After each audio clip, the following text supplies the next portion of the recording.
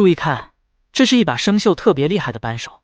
看扳手的外观锈得这么厉害，可能很长时间没有使用了，但是就这么扔了怪可惜的，所以咱们决定把这个扳手重新修复好。如果用砂纸进行打磨，那样会费时费力。下面咱们用另一种好方法，可以让扳手表面的锈迹快速的去除掉。首先咱们找来一根电缆线的下脚料，然后用壁纸刀去除掉外面的塑料皮，接着用力一拽，里边的铜线就被拽出来了。接着咱们拿来壁纸刀，把每根线的绝缘皮去除掉一部分，让它露出铜丝。这么做有什么用？大家一会就知道了。铜丝扒好以后，咱们拿来生锈的扳手，然后用砂纸把扳手的表面打磨出一小段。接着拿来扒好的铜丝缠绕在扳手上，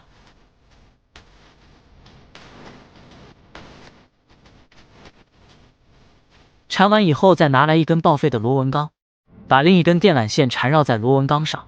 缠完以后，关键的一步来了，咱们找来一个12伏5安的电源适配器，然后把2根电缆线接到电源适配器输出的2个接线单子上。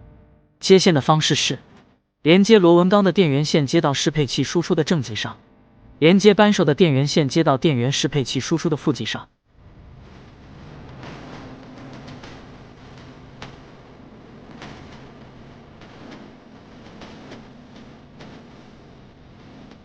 接好以后，咱们找来一个透明的塑料盒子，然后在盒子中加上一大杯水。水加完以后，继续在水中加上2勺食盐，然后搅拌均匀。为什么要这么做呢？因为盐水的导电性比水要好很多，这样对扳手进行电解除锈效果会更加理想。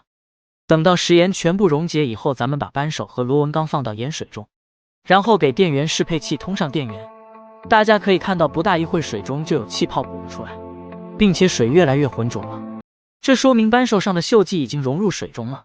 随着时间的推移，水越来越浑，气泡越来越多，看样电解的效果还是相当不错的。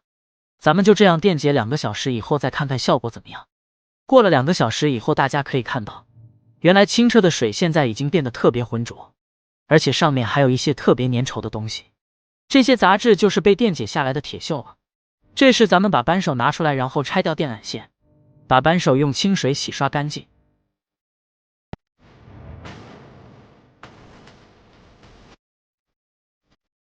洗完以后，大家可以看到盆中的水已经变得特别浑浊了。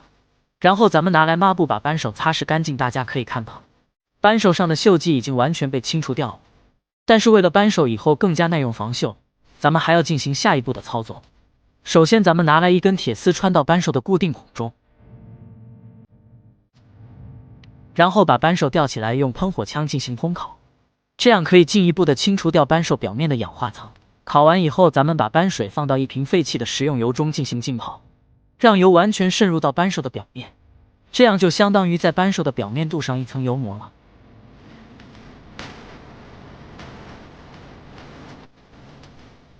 浸泡1个小时以后，咱们把扳手取出来，还是用抹布擦拭干净，这样一把生锈的扳手就被完全修复好了，无论是手感还是外观都和新的一样，特别好。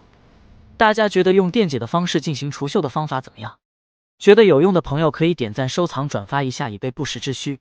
咱们下期再见。